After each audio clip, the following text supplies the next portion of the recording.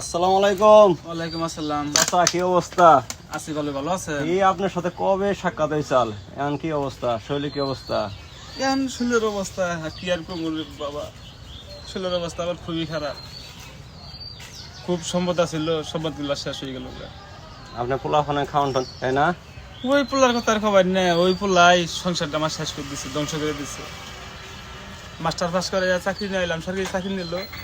আমার এখন আরো দেখে না, বাসায় করছে, বাড়ি করছে, চলতেছে, আমার খোঁজ খবর নেয় না।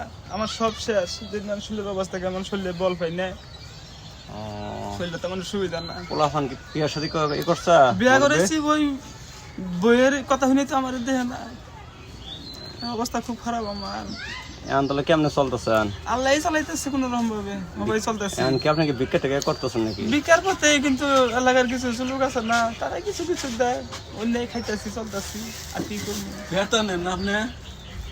খেতা মারতা নেই করেন না? বেতন তুমি না, অন্য দাদান করলো, বংশধরের লোক, ভালো লোক না, আমি মাসে এটা ওটা দেওয়া যায়, অন্য খাইতেছি, যাই না কোনো মিহি। আল্লাহ দিলে চালা। দিন খান আবার করলে হাজারের দিন বুঝতে হতে থাকবো না চলি মনে ওরকম ভাবে তো খাইতেছি না, আমি চলতে পারতেছি না, মাসে যা দেয় তাই খাইতেছি। যা কি করবো? যা আল্লাহ কামাই করেন তাই জানি এক হপ্তাহ এখন পোলাও কথা শুনো না, ওটা যদি পোলা শুনলো নি, আজ তো আমিও জমিদার, সব সম্পদ শেষ হয়ে গেছে, ঠিক আছে, পোলা তো চাকরি ঠিকই নিছে,